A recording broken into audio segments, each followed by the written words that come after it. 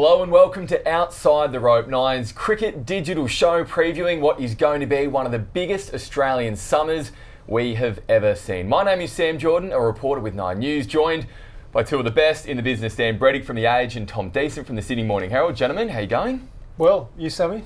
Yeah, good. Plenty to chat about as well. There is big news out of the Australian cricket team today, with Cricket Australia confirming that captain Pat Cummins is officially out of the first Ashes Test match against England in Perth. We heard from coach Andrew McDonald a short time ago. Here's what he had to say. The nature of the injury is that you never know. You're sort of taking it a little bit day by day. We've run out of time. We sort of flagged this a week or so ago that it would take sort of 4+ weeks to get him up and running, and we've run out of time, unfortunately, but really optimistic and hopeful for the second Test match. So I suppose the next question is, what's the time frame? What does it look like for the second Test? Not really going to be able to answer that, other than to say that he'll be back bowling this week. And that's a huge step, and that was the big variable that we wanted to add in and get that information. And so we're on the journey to that second Test match, and very hopeful that will be a positive outcome. So, gentlemen, a lot to take in there from Andrew McDonald. One of the things that stands out, of course, is the fact that Pat will be back bowling this week. Dan, we'll start with you. There were fears that he was going to be out for an extended period of time, perhaps even the whole Ashes series. Is this a positive today? Absolutely. They've got a strong idea now that while he's missing Perth, definitely, he's a chance for Brisbane. And if he's a chance for Brisbane, then he's obviously a much, much better chance for Adelaide, Melbourne and Sydney. So the scenario where Pat Cummins is going to be available for at least the last 3 tests and possibly 4 out of 5, that's definitely at the positive end, and kind of ends any of the talk of, he could miss the whole series, which was obviously one of the many scenarios that were being floated around over the past few weeks. And I guess that's behind the motive as well, for them to come out and confirm that he is going to be out of the first test and give an update on where he's at as well. Tom, what is the path forward for Pat from here? Because there's been different time frames thrown around as to how much bowling he does need to do before he's ready to play. Yeah, well, it could be a bit of a circus trying to get the first shots of him actually having a bowl and rolling the arm over down there. So I look forward to that. Yeah, clearly, they've got to be super careful about this. Whilst they want him to be bowling, it's going to be super, super light. There's ways he responds to that. He might come out and say, I don't feel great at all, and it gets set back another week, right? So this is not a case of his bowling, so therefore it's a smooth path leading into that second test. We will see. Look, there's games on the calendar, as we've seen. Prime Minister's 11 game down there in Canberra on November 29, which is about 4.5 weeks away. So that's kind of on the timelines there. There's the Shield game on December 5, which is around that time of that second test. So there's a path and way for it. I mean, Pat has spoken at length about not needing a lot of time to build into it. He doesn't need to play 2 Shield games to be right for a test. But ultimately, if he's the main man, they'd want him to be at 100% fitness and not risk him. Yeah, that's right. And being a long summer as well, we've seen Australian selectors do that in the past too, in the use of Scott Boland. Pat himself has been really relaxed every time he's spoken about the time frame back and saying that he's not going to rush things. Of course, Steve Smith steps in now as captain, someone that has plenty of captaincy experience, and Scott Boland is obviously right there to fill Pat's shoes in terms of the bowling. Dan, how patient can selectors be, and how calm should they be about it as well? Because it's twofold in a way. McDonald today, when we heard him speak, was very calm about it all, but Pat Cummins is arguably the best bowler in the world. Yeah, it's a tough one in terms of, I suppose, keeping the emotions in check about this is a huge series, we've got to have our best team on the park, all that kind of stuff. I think a significant factor in all of this is going to be Pat Cummins himself, how he feels, how his body is going, and the perspective that he has and has generally shown as captain of Australia, where, he knows that it's important that they don't make the wrong decision out of panic or out of being in a rush or out of trying to get to some kind of arbitrary date, which, may be things that other people within and around Cricket Australia would like to see. So in terms of his perspective and how that then works in that very close relationship he has with the selectors as an extensive consultant to them, they're going to be eager not to make the wrong decision. And it helps them that, as you say, they have Steve Smith as a locum captain who's unbeaten, I think, in the matches that he has stepped in for Pat Cummins since 2021. And they've also got Scott Boland. Now, what could make the scenario a little bit more complicated is if we get to the Perth Test and Mitchell Starc or Josh Hazlewood does a hamstring, and all of a sudden they're into the reserves beyond Scott Boland. That could make in a bit more of a pressurised situation for Pat Cummins in terms of his return date. The result could do that as well, right? We saw it last year in Perth. Things didn't go to plan. It was crisis for Australian cricket, and they come out and win the rest of the series. I did enjoy Andrew McDonald today saying that Scott Boland is a potential replacement. Has Australia ever had a more ready replacement, ready to go? Like, I will eat my own head if Scott Boland's not the guy to come in for Pat Cummins. Yeah, and Steve Smith actually said as much last week. One on Steve as captain. Even he acknowledged that he just generally seems to play better when he's captaining his country. Dan, is that something you've seen from him over the years, that the responsibility does just bring out the best in him? I think it brings out the best in him in the kind of the short bursts that he's had as captain since Pat has been the full-time captain. So when there's a one-off test match, or it's 2 test matches, something like that. When he was in India in 2023, Pat had to go home, obviously, for personal reasons. Steve did a terrific job in those last 2 test matches as a tactician on the field and with the bat. So in those kind of bursts, it definitely works for him. Obviously, there's some earlier history there where we know that when he was captain of Australia for sort of 4 or 5 years, it has an accumulative effect. And that's something that Pat feels too, knowing that, you know, he's been captain of Australia since 2021. All of those things do add up, and then it's a matter of how you manage your emotions, manage your mentality to make sure that you're fresh and making the right decisions, which I was saying earlier, yeah. It's also important to know that Pat Cummins at this stage is going to go with the team to Perth, so he's not going to be out of the setup. He's going to be very entrenched there. Like, there'll be massive synergy, sharing of ideas, etc. And like, he'll be very involved in that period. So I wouldn't be surprised if we see him a lot through that period. He'll obviously leave Perth and come back and then go to Brisbane. So yeah, he'll be very involved. There's going to be plenty of eyes on him in those training sessions as well over in the West to see how much work he's getting done. That's one of the big selection questions answered today that we have had approaching this Ashes summer. But of course, we still need to decide the batting order as well. The next round of the Sheffield Shield does begin tomorrow. Dan, where is it at in terms of the thought process for Australian selectors? Because there really are a number of ways that they can go with deciding on their top order.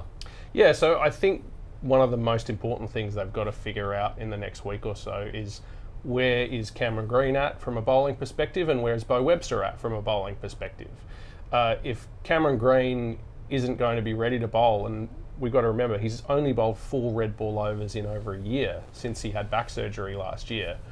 If he's not in a state where he's going to be ready to bowl some quality overs, then I think they'll still want him in the team. They see him in the top 6, but they're going to have to look elsewhere for that bowling option. And so then you cast your mind back to the Test Championship final at Lords, where Marnus Labuschagne opened the batting with Usman Khawaja, Cameron Green was at 3, and Beau Webster was at 6, and obviously Sam Konstas came in the Caribbean in place of Marnus. We think pretty firmly, pretty strongly that Marnus is going to come back into the side. If Cameron Green can't bowl, that's one less spot in the 11 because they need someone like Beau Webster. But if Cam Green can bowl, that means that they can move him somewhere else in the order, have Marnus Labuschagne back at number 3, which is obviously his pet position, and then they can pick a specialist opener who's complementary to Usman Khawaja. It does feel like it could be an incredibly unlucky situation for Beau Webster, who has passed every test that he's faced since coming into the test side. Tom, is it just part of the selection process here that someone who has been as impressive as Beau Webster can miss out despite really doing nothing wrong? It'd be very stiff. I mean, the other thing is that Beau Webster wasn't in the conversation really, in October last year to probably play a test. So to come in for that final test in Sydney was a surprise, and we obviously know the story of Mitch Marsh not making runs and wanting to shake things up. He's confident that he's ready to continue at test level. I think he really does believe that, and his performances have definitely shown that. I don't think it's helped him that he hasn't played a couple of Shield games as well, like just being out of that conversation. If he scores 100 or takes a bag of wickets, then that's probably put to bed a little bit more, but he hasn't had that chance to kind of ram home his selection there. He only gets 1 game this week before the team's picked. He'll be in the squad, of course. There's no suggestion of that. But yeah, Cam Green's the watch for sure. And there's a lot of debate though around Cam Green as a 3. Like, a lot of former players don't think he's a 3. They would rather see him. I know that, it's been floated as well. We've reported that, there had been some discussions around Steve Smith at 3, to accommodate Cam Green. The guy's probably going to be Australia's long-term number 4 for the next 10 years once Steve Smith retires. So that is a question mark that, whilst unlikely, it's been talked about. It's a good point that Dan made as well about Marnus Labuschagne's form and the fact that he's essentially played his way into the Australian side as well. Last week when Steve Smith was speaking about that, he revealed the text message exchange that he had with Marnus saying how proud he is, and that Marnus said to him at the start of the summer that he was going to fight his way back into the side, and Steve said that he's done that. Probably. The pause was probably a little bit too long, I thought, for Steve on that one. has Marnus shown that he's ready to slot back into 3 and that the selectors can build the side around him and where he's at with his form? What the selectors were looking for from Marnus was the ability to play the situation right. Pick the right shot at the right time, bat for a long period of time and make hundreds again. And he's obviously made 400s in 5 or 6 innings. So that's a big positive sign. The other positive sign is that most of those runs he's made at a pretty high tempo. So he's been scoring proactively, he's been putting pressure on bowlers. That means that they can, as I said, either use him at number 3 or potentially use him as that opener in a temporary role while they get Cameron Green back as a full-time bowler. So he has done everything in his power to get back in the team, and it's definitely the case that the selectors, when they dropped him in the Caribbean, it wasn't a see you later, we think you're done. It's a go back, find what your best was and bring it back for us to pick you again. And Marnus has, benefited from not being in the team as well in the Caribbean too, when blokes weren't getting a lot of runs. I watched so many of those sessions where it was basically him and Scott Boland going at it most days when the cricket was on. They were having to face each other, and that was pretty full on. And that would have been a really good examination for him over those few weeks. He went away, he's worked on his game, and then obviously sheer weight of runs. You can't not have him in that team. It is funny, you mentioned on the ODI coverage the other night, he got asked, where would you like to bat? And he said, well, not really fast, but I've always batted 3 for Australia, except the last test I played were open. So, I suspect he wants to bat 3. Yeah, that's right. Now, there's no shortage of opening candidates. Jake Weatherald and Matt Renshaw have both had impressive starts to the summer, but one name that isn't being spoken about so much at this point now is the incumbent, Sam Konstas. Tom, you spoke to a number of former players just the other week about their thoughts on where the selectors go to next with Sam Konstas. It feels like at the moment there's a consensus that he won't be playing in Perth. Is that the way you feel as well? As of this very minute, for sure. But I texted you, Bretto, before that second innings of the Victoria game. I said, mate, if he gets an unbeaten 100 here and steers the Blues home here, he's playing that first test. Still another Shield game to go. And also, which I find more interesting, is that the Aussie selectors will pick their squad at the end of this third Shield round, and there's another round that they'll all play in the fourth one. I could very easily see a situation where a Renshaw or a Konstas or someone who's not in the 11 that we think is going to make runs in that fourth Shield game to sort of keep things interesting. So, yeah, obviously out of the runs at the moment, batted okay. Would be kicking himself to get out to Todd Murphy the way he did in that second innings down there. But, yeah, Brett Lee, interesting. Obviously not a batter, but said I'd playing the whole Ashes no matter what, even if you got 4 ducks to start the series. So real polarising opinions there on what they should do with Sam. One thing I can add to that has been really interesting from I suppose the reading between the lines of what the selectors have said in the past few weeks. One of the repeat lines that's been said about Sam Konstas is there is a little bit of inconsistency there at the moment, and that's not just the inconsistency in terms of his output. It's inconsistency in terms of the fact that he's been working technically on his game. We've written about that he added a trigger movement after the Caribbean tours to just try to be a little bit sharper for the fast bowlers who are targeting his pads and his stumps. And he's still figuring out, getting that really locked into his game. And so if the selectors are seeing things like that show that, he's not the finished article, he's still working through a few things, that can be a consideration in terms of, do we turn him out against England when we know we're going to need big runs, or do we pick someone who we think has got their game absolutely where they want it? And it's also not helped that he got out to a ramp shot the other day. That's been a profitable shot. He's actually never got out to that shot in a big game, and whilst people see that as a risky element, it gave him plenty of runs against Boomer and Co. and that Australia game, the Prime Minister's 11 game, which effectively got him into the test side somewhat down in Canberra about a year ago. So it is a profitable shot for him, but getting out doesn't help when then you get the Alan Borders of the world saying he's got to stop playing it, you can't play a cover drive. Yeah, that's right. There's no shortage of opinions. Dan, you've been writing an outstanding series that takes readers behind the scenes and thought process for Australian selectors when it comes to selecting squads. Just talk to us about how you think they might handle Sam Konstas over the next period as well. Of course, there is so much attention on him, so much speculation, so much conversation as well. It is one that they do need to be pretty delicate with. Yeah, well, one thing that's obviously changed in 2025 as opposed to in the past, there's so much more communication now. There's so much more kind of open lines and just making sure that players, even if those players don't necessarily think that they're under the radar, there is a conversation happening there. And, selection chair George Bailey in particular is, texting and conversing with a lot of players around the season, and building up rapport with them, getting to know them, encouraging them in what they're doing, so that they feel comfortable in sort of conversation with the major decision makers in Australian cricket for when the day comes that they might get either picked again in the case of Sam Konstas, or picked for the first time if it's someone like Jake Weatherald. And you can not have any doubt that the likes of George Bailey have been conversing with those guys. And it's been a bit of a shift in recent years. These days, if TV reporters like your good self, Sammy, are asking a player, have you spoken to the selectors? They don't say no anymore. They say yes. We have been discussing. There's been a text exchange. They said, well, about it, etc.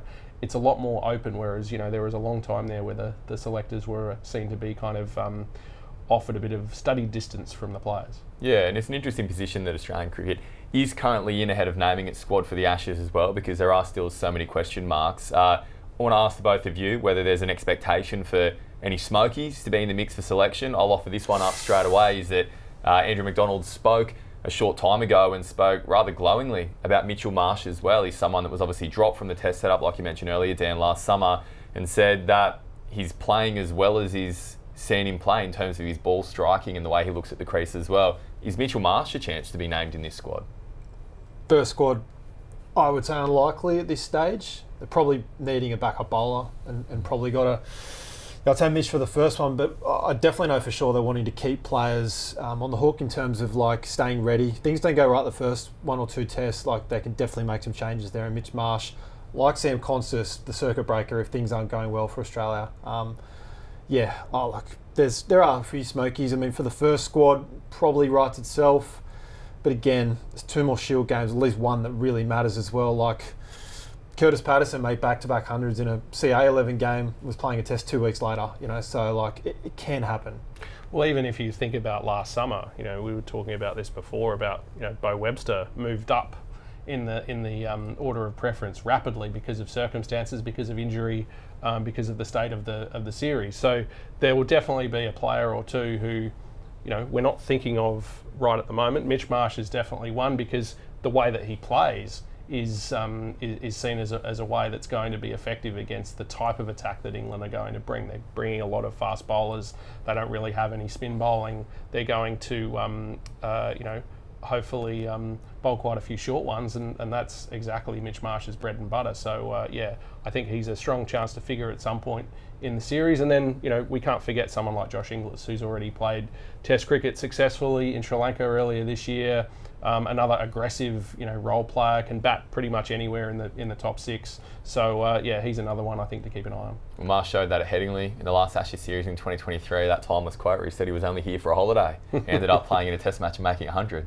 Well, he's made some remarks around, like he's been asked, are you interested in the Ashes? And like his words have effectively been not interested. But like, of course he is. Like, of course he's not going to. He knows once he puts his hand up and people are going to say, oh, Marsh wants to play in the Ashes. Of course not. He's made the joke that he's going to be there on day one in Perth on the Beers early doors, and he hasn't told his missus he's got tickets yet. So, first test maybe not, but I think, he'll be in and around the mix and might get a Shield game, fourth one potentially. So, yeah. Yeah, we certainly know what to expect from England's attack, and we've been seeing that from England's squad as well over the last few weeks. They're never short of a word, they're never short of a jab. We've been seeing that, a few sledges being thrown Australia's way, but they're currently in New Zealand playing a white ball series. Things didn't quite go to plan for them yesterday, but Dan, an example of not only the frailties that this English side has in terms of its style of play, but also its strengths in an outstanding century from Harry Brook. Yeah, well, I think what we learned yesterday in New Zealand, that if there's a bit in the track, we could be in for a very spectacular Ashes series, but also quite a quick one. The fact that Harry Brook made an unbelievable 100 and showed the amazing hand-eye coordination that he has, just the skill level and the bravery to attack the bowling. But there were 5 members of the possible England Ashes top 6 playing yesterday, and Harry Brook's the only one who made double figures. So, and when you see even Joe Root, as great a technician and an all-round player as Joe Root is, he was out early getting bowled by a ball that moved back into him. Those kinds of things are things that Australia will take note of, and particularly in the context of what are the kinds of pitches that Australia have been playing Test cricket on in Australia lately. And they are wickets that move around a bit off the seam, the ball swings a little bit, and it's hard for batters to play in that, uninhibited way that we see from England. and get consistent success. Yeah, that's right. And we've seen how England's extreme pace through Mark Wood troubled Australia in the last series, of course, Jofra Archer in the past as well, Stuart Broad, and yes, we're bringing up Stuart Broad. It wouldn't be an Ashes series without him lighting the fire underneath the feud. He said just a few weeks ago that this was the best English side since 2010 and the worst Australian side since 2010 when they did come down under and win that Ashes series. Tom, is that fair from Stuart Broad and to Australia, and is it accurate about England? I'll probably defer to you, Bretto, given you wrote a book about it, that series, so you're much better placed than me. Stuart is trying to get attention on his podcast. Did a good job. We ran it. Did a great job. Everyone ran it. A bit of a phony war sort of stuff before the series. I love it. Bring it on. But Bretto's better placed. You know, in terms of Australian teams since then, in the last 15 years, a bit stiff. Yeah. Yeah, it's certainly there's a level of that comparison in terms of, there's a bit of uncertainty about the shape of the Australian batting order, and Pat Cummins is going to miss the first test. All that kind of stuff does play into a little bit of where things were at in 2010. But 2010, the Australian team was really in a state of flux. Like, if you talk about like the leadership, the fact that Ricky Ponting and Michael Clarke, their relationship wasn't that strong. The way that they were operating as captain and vice captain. Whereas in this case, there's no issue of that kind at all with Pat Cummins and Steve Smith. The fact that Pat Cummins is going to be there in Perth, even though he's not playing, so he'll still be there as a leader. And I think a lot of the rest of it kind of flows from there, like, how the players are going mentally, how the players are going in terms of their preparation physically. If there's confidence in the leadership and there's good sort of open communication, then you're not going to have an Australian team going into that first test kind of second guessing themselves, which obviously happened in 2010-11 when Australia named a 17-man squad for the first test a few weeks out, because the commercial wings of Cricket Australia wanted there to be like a big Ashes announcement. So I think there's a little bit in that comparison, but not a lot. I'm not going to ask you for predictions of the scoreline on this episode of Outside the Road, but what I do want to ask you both is that, does this English side have the potential to win the Ashes down under this summer? Have the potential. I don't think they will, though. Like, the blokes haven't won a test here in nearly 15 years. Won 4 tests this century in Australia. Like, it is extremely hard to do, and 3 of those were in that 2010-11 series. So potential, sure. Like, things have got to go their way. They need everyone fit, firing. Like, obviously, Joe Root needs runs, big runs. He makes 500 runs. They go a long way to doing that. But touring batsmen doesn't happen a lot. The England approach for this tour, to me, is taking a much more Australian approach to the way they play Test cricket. And to me, that's really a big element of the Bazball experiment. It's English cricket being a lot more Australian or Antipodean, if you want to throw in New Zealand with Brendan McCullum. And that means that they're going to come down and play in a style that is going to be better suited to Australia, but can they do it better than the Australian players who've played here all their lives? That's the big question.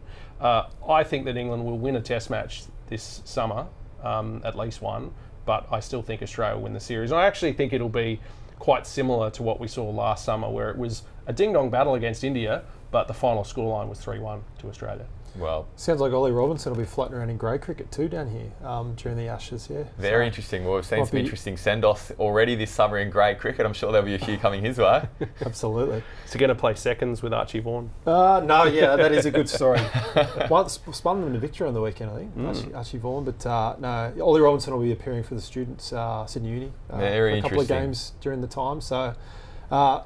Not an Australian fan's cup of tea, perhaps. Ollie Robinson stirred the pot a few times. Yeah, he might even get a bit of feedback when he's out there in the field as well from the crowd that will be there at the grade cricket too. Just one of the interesting storylines that we do have coming up this summer as well. Just to finish as well, guys, I do want to put you on the spot. Is there any storylines that stand out to either of you that you're really looking forward to seeing come to life in this Ashes series? Of course, it's going to be pretty hard to avoid daily updates on Pat Cummins and his back. Marnus Labuschagne, of course, is always the source of interest from the Australian public. But is there anything else that's catching your eye?